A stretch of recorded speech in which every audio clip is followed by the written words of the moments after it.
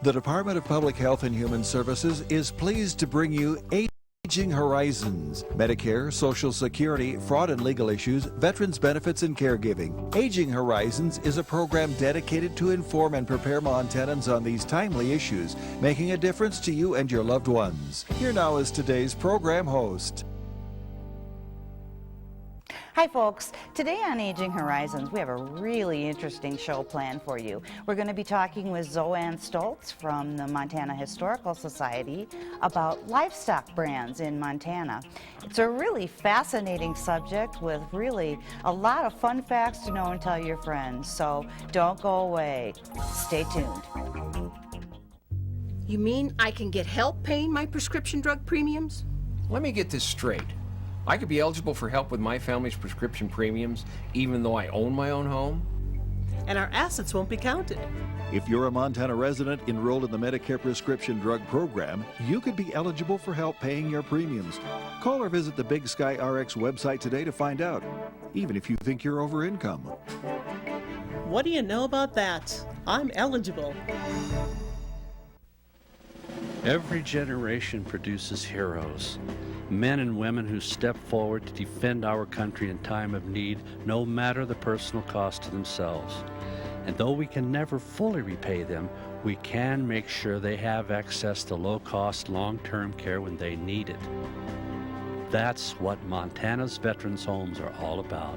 If you've got a hero in need in your family, call us. We can help. Here in Montana, we love our outdoor activities. Unfortunately, few of them are risk-free. Indeed, Montana is second in the nation per capita in head injuries that can destroy the lives of people we love. That's why you should insist your family always wear protective helmets. But you can do even more. When you fill out your vehicle registration this year, circle the Y and donate $1 to support traumatic brain injury prevention and education. Now that's using the old noggin. Am I eligible for the new Medicare prescription drug program? Will the new Medicare prescription drug benefit help me pay for my medications? How do I know which prescription plan is best for me? I'm trying to help my mom with her prescriptions, but I'm telling you, it's so confusing to me too. Counseling about the new Medicare prescription drug benefit is available locally by calling 800-551-3191 for the counselor nearest you. And it's totally free. Hi folks, welcome to Aging Horizons, brought to you by the Department of Public Health and Human Services. I'm Kimmy Everman, your host, and today we have just a very fascinating show planned for you, along with a really super guest who has joined us before. Welcome, ZoeAnn. Thank you. Stotlz. And ZoeAnn, you are a reference librarian at the Montana Historical Society. I am. I prefer reference historian. Okay. Because I can't do everything that a librarian does. Oh, yes, that's true. That is a much bigger job. Or no, it's probably not different. It's a different job. Yeah.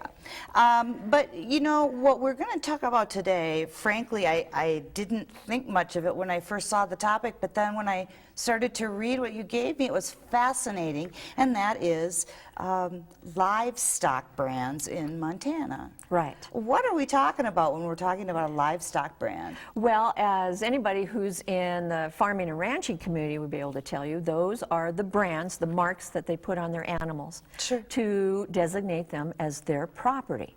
I see. And it's a fascinating history. And I think you had said before we got on camera, there's over 40,000 in our state alone. Currently, there are over 40,000 brands recorded in the state of Montana. You know, ZoeAnn, I have to ask, what made you decide to pursue the study of this? It really is kind of, I wouldn't have thought of it myself. So what made you decide that it would be a fun project? Well, of course, being raised in Montana, especially with a couple uncles who ranched, I was certainly familiar with the process. But 8 years ago, when I started work at the Montana Historical Society, which is right across the street from the livestock department, the brand That's right, offices. it is. We have a steady flow of folks who will be at the brand office, record their brand, or be looking for a brand, and then walk across the street to the Historical Society to access the old records. Oh. So that they can trace, you can trace a brand, many of the brands that are held today, and then trace them back. We call it creating a brand history. Really? And I can tell you that there are several of the brands that were recorded that first day in 1873 are still being used today in Montana. No. Yeah, it's Wow. pretty amazing. That's pretty stupendous when you think about it. It really is. And especially when you think about the fact that, am I right to assume that all 40,000 of those are different? Everyone is different. But it's important to remember, especially for those who aren't familiar with the process, that as far as a mark goes, you could, let's say you can have the Circle C, but there could be 6 or 8 folks or entities around the state that have the Circle C. What sets it apart from the one next door is where on the animal it's located. Oh. The left shoulder, the right shoulder, the left or right rib. So there are different body parts designations for the records. So does that mean that the rancher would have to contact the livestock department first to make sure they know where to put? Oh, they're not going to use a brand until they have it recorded, and that brand certificate tells them what the brand where it is is and where it's going to be located. How interesting. Yeah. Wow. Well, you know, you mentioned 1873, and people would ask, you know, when were the first brands really? When did they come along here? And let's yes, start there. Folks always ask, and you have to remember you're talking to a historian, and we can't just have a simple first. It's nothing short. I compare it to the Abbott and Costello routine of who's on first and what's on second. It depends on what brand, what kind of brands are you talking about. So Lewis and Clark in 1805 marked their horses and left them with the Nez Perce before they headed for the Pacific. The Father de Smet used a cross on the hill, and that dates back to the 1840s. But then we get to the modern system, and that's the current system, and that's the one that I focus on. And that started, the first brands were recorded in February of 1873. Wow. And that is the same system that we use today, and I cannot and again, this is pretty geeky, but I'm a historian. But those original records are kept at the brand office in Helena. They are mandated by law since 1873 to keep them there and to always have them available to the public. And then that is why we wound up with wonderful microfilm of those records, so that people don't have to use those wonderful ancient treasures. They can come and do a brand search with a microfilm. That's just wonderful. You know, we have about a minute and a half left of the first segment here, and I guess let's end with one question. Why are these so important to Montana? I mean, I know we can't say it all in a minute and a half, but... Well, of course, they parallel the history of Montana. You can see the same patterns. You can see what's going on in the territory and the state by looking at the brand records. But to me, more importantly, this is grassroots history. It is the history of the people who came, did not leave any other records except their sweat and blood and work in Montana. Right. Wow. It's great history. Well, and especially to know that it's so accessible to, you know, the public. If you just have kind of a hankering to go look at something pretty interesting, please come by. Yeah, that would be a really lot of fun. And I think, isn't it great that we had someone like yourself decide, I want to really dig into this? When did you start? Oh gosh. Well, I started 8 years ago. Is that right? And then really focused on it going into 2011, because anybody will tell you it's got a brand every 10 years, so 11, 21, 31, there's a re-record. Super. And I knew that we'd have a rush, so I wanted to know what we were doing. Well, that sounds great. Well, folks, we have a really lot more great and fun information to talk about, so don't touch that dial. Stay with us.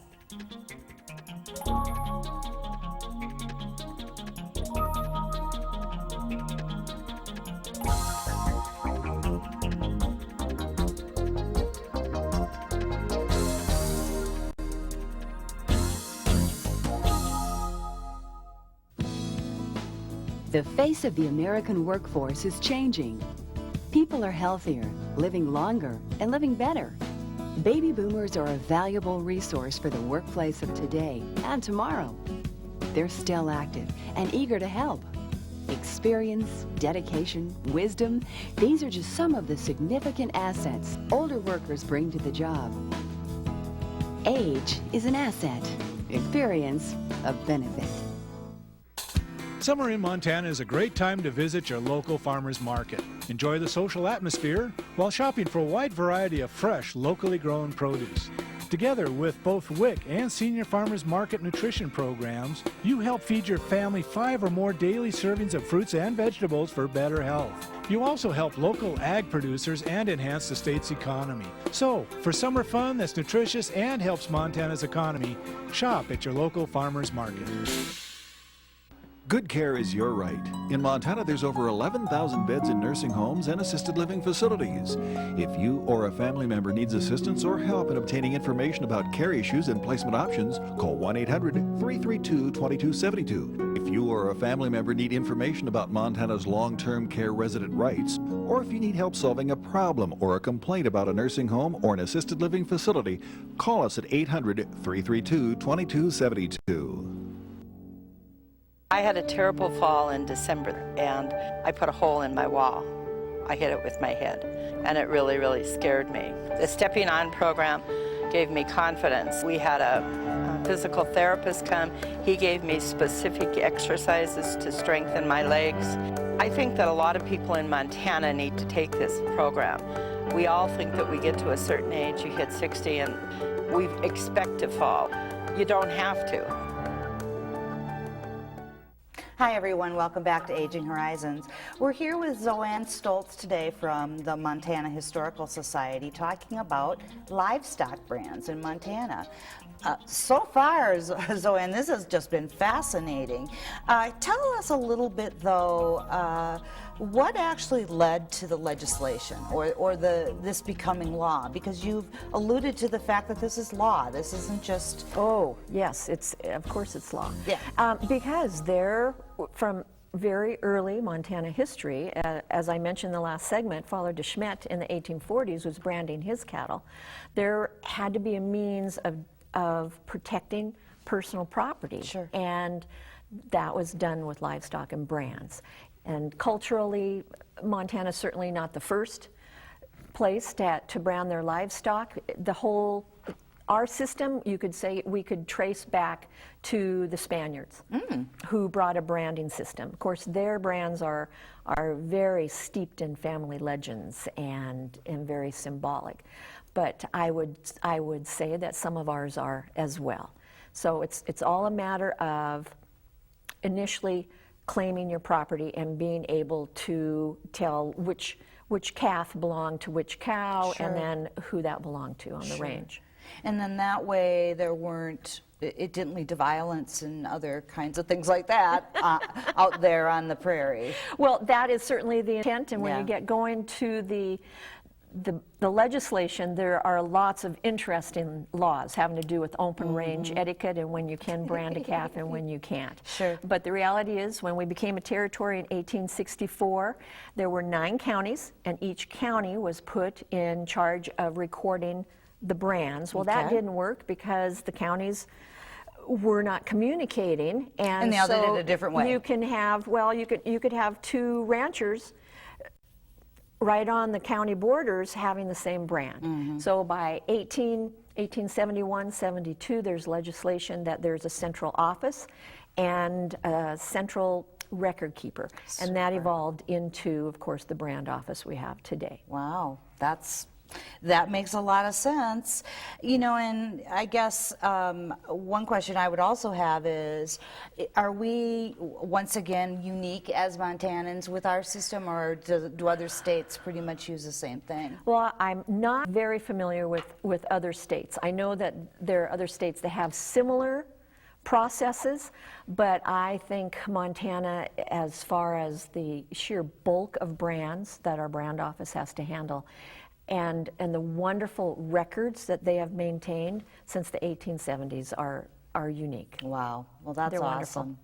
wonderful. Well, you know, ZoeAnn, Why don't you talk a little bit about what kinds of brands are actually out there? You know, I've seen brands on TV. I don't know if I've ever even seen one up close, even though I live in Montana, but what's out there? What's out there? Just about everything. In the early days, if you look at the brand, that first page of records that has the Poindexter and Orr, that was the first brand recorded in the current system. Poindexter and Orr, Poindexter and Orr, they're square and compass.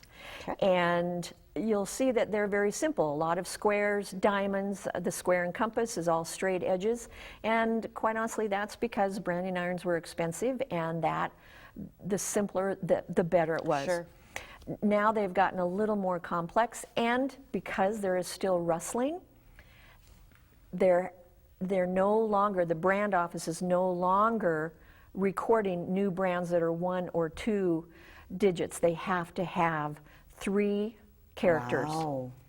Because that makes it harder for rustlers to duplicate. Isn't that interesting? It's high tech. It's high tech. It is. It is high tech. It is high tech.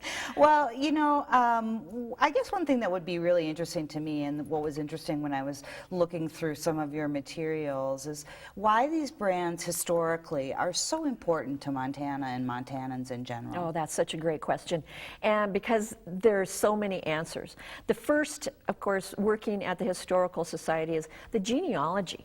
I've seen folks who will come from out of state, but whose ancestors homesteaded here for 10 years, and they'll find a brand, and there's such pride in that connection to Montana.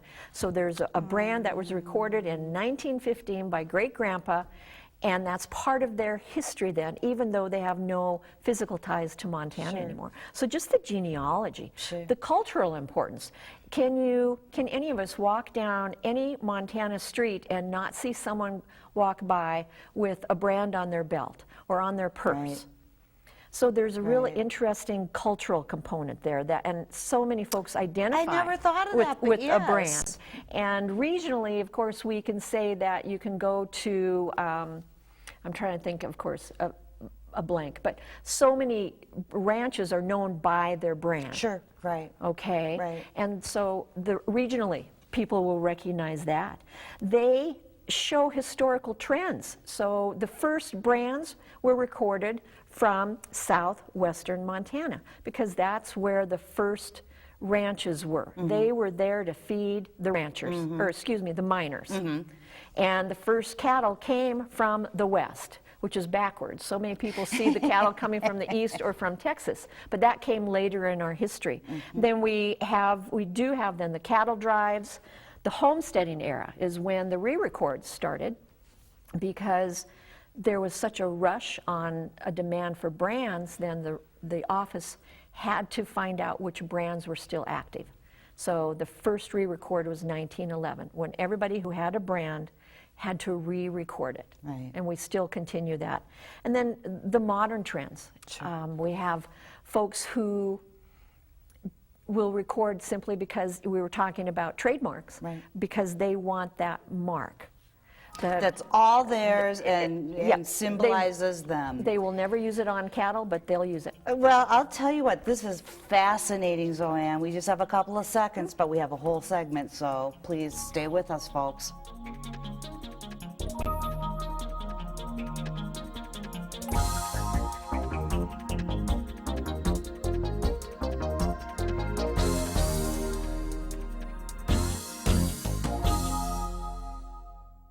Questions about Medicare and other types of insurance?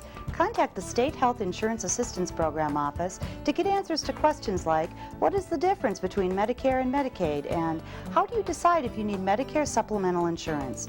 This insurance counseling program is not a sales program. It is available to provide answers to your insurance questions. For more information, call the State Health Insurance Assistance Program office at 1-800-332-2272. If the Aging Network in Montana was a restaurant, the sign out front would say, over 50 million meals served over the last 30 years. Since adequate nutrition is critical to health and quality of life, nutrition services are an important factor in keeping older Montanans healthy, independent, and living in their community and home. To find out more about senior nutrition programs in your area, call 1-800-551-3191. Are you looking for a helping hand through the maze of human services, or for information on government programs and benefits that you may qualify for? The Information and Assistance Program provides information on all programs that meet our aging population's basic needs and programs that enhance their lives as well as the lives of their families or caregivers. If you have questions about Medicaid, Medicare, or other services and programs, please call 1-800-551-3191. I didn't know. Montana has one of the highest suicide rates in the country. Know the signs.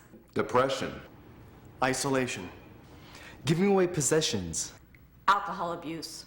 It's what you can do now that matters. Don't be afraid to ask. Are you suicidal? Tell someone. Don't leave the person alone. Offer hope. Call the Lifeline. Don't keep suicide a secret. Break the silence. Hi folks, welcome back to our last segment of Aging Horizons today, where we've been talking about livestock brands in Montana with our fascinating guest, ZoeAnn Stotlz from the Montana Historical Society. ZoeAnn, we've had a great couple of segments and really some fun information. I'd like to know, because you said you had a couple of stories of these. We have some famous people in Montana that probably a lot of folks are going to know that name that have a brand in Montana. Yes, yes. And that's one of the fascinating components of brand history, is that that history belongs to the famous, as well as I call them the nameless, because they don't show up in history. Right. So of course the first is that Poindexter and Orr, and that brand is still used today by the Matador Ranch. But I always have to mention that. But some of the other brands that have fascinating histories, there is a family that has the Lazy K Hanging Y today, and when we trace that brand back, it at one time belonged to Con Price and Charlie Russell. Oh. Because Charlie Russell, he was a much better artist than rancher, but he and Mr. Price ranched together for just a few years, and the Lazy K Hanging Y was their brand. Wow. And it is still recorded today and used today. Wow. So another, well, a pair of brands that comes to mind, and again is still used today, are the two brands that belong to Will James. And of course, he was a famous cowboy author, and he had a place, he liked to hang out and drink in Billings, but he had a ranch outside of Pryor, Montana. And his brands, and I have to cheat, I have to look at these, but it's a Circle H and the Rocking R. And those brands are still connected legally to his ranch, and the family that owns that property has those brands recorded under their name now. So again, just amazing connections to the past. Let's see, another one, of course, with in the Helena area, people are proud of the fact that Gary Cooper had his roots here. Sure. Well, many people may not know that his father, who was a judge here in Lewis and Clark County, also had a ranch. And Gary Cooper's father's brand was the 7-Bar 9. And in the 1930s, that brand was recorded by Gary Cooper with a Beverly Hills address. Oh, wow. So wonderful, rich history. Sure. But then that leads us to those thousands and thousands of brands that were recorded by folks whose names we would not recognize. Right. Each one of those has a history just as vibrant and as interesting as if they were associated with Charlie Russell. So I've got so many favorites, but this may be the brand that really roped me, no pun intended, into brand history. I was doing a brand search for a family and came across a brand that was just OC. And it was recorded by a gentleman by the name of Thomas Chinaman. And what an unusual last name, especially for as early a time period as the OC was recorded in. And of course I did what every historian does when they run across something that they're baffled with. I went upstairs and talked to Ellen Baumler. Yep. And this led me on a wonderful learning experience. Oh, Thomas Chinaman, we're getting back to those Poindexter and oars. When oars came to the territory, they brought a young man with them from the West Coast who was Chinese, and his name was Thomas. He later takes the name of Thomas Hahn. But at one time, Mr. Hahn had a brand, the OC. He had cattle and he had mining claims during a time when it was not a friendly atmosphere for Chinese to have any property here in Montana. And his history, of course, is a whole nother story. But Ellen and I talked about that OC, and the nearest we can figure is it could mean Orr's Chinaman. Wow. And how fun and fascinating. Yes. Just this has just been a wonderful show, ZoeAnn. Are we out of time? We almost are, yes. And you know, we always so enjoy having you all from the Historical Society come to see us. In our last just couple of minutes, I think talk a little bit about the Historical Society, would you? Because we really want our audience to know how great a place it is and how easy it is to access. We really do. There is no reason for our existence unless we are sharing the information that we have. And as an example, we have just gotten new bookshelves in the archives. To prepare for the new bookshelves, 880 pallets of information. So 880 pallets of boxes had to be moved off site and now are back on site and put in new shelving to protect them and to open up more space. We truly are, but literally and figuratively, the keepers of Montana's stories. And I so invite people to come visit us. We're open. The Research Center is open 9 to 5, Tuesday through Friday. The museum has more open hours. But I would invite people, if they have a special interest, to either come and visit us or let us know. Right. And you and I can get together and put together a couple more programs of special topics. I think that sounds wonderful, ZoeAnn, and what we'll do, folks, at the end of the program is make sure that you have a email address that you can get a hold of us and make suggestions if you like. This has been such a fun show today and so interesting and packed with really, really fun Montana historical information. We hope that when you see this show, you enjoy it and think back to maybe your own ranching days and just have a lot of fun with it. We sure did. We really thank you for being in the audience and hope that you'll join us again for our next show soon.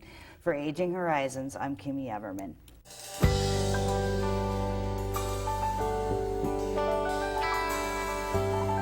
Special thanks to the Department of Public Health and Human Services for their continued support. Hosts on Aging Horizons are program specialists at the Montana Office on Aging. Production facilities provided by Video Express Productions.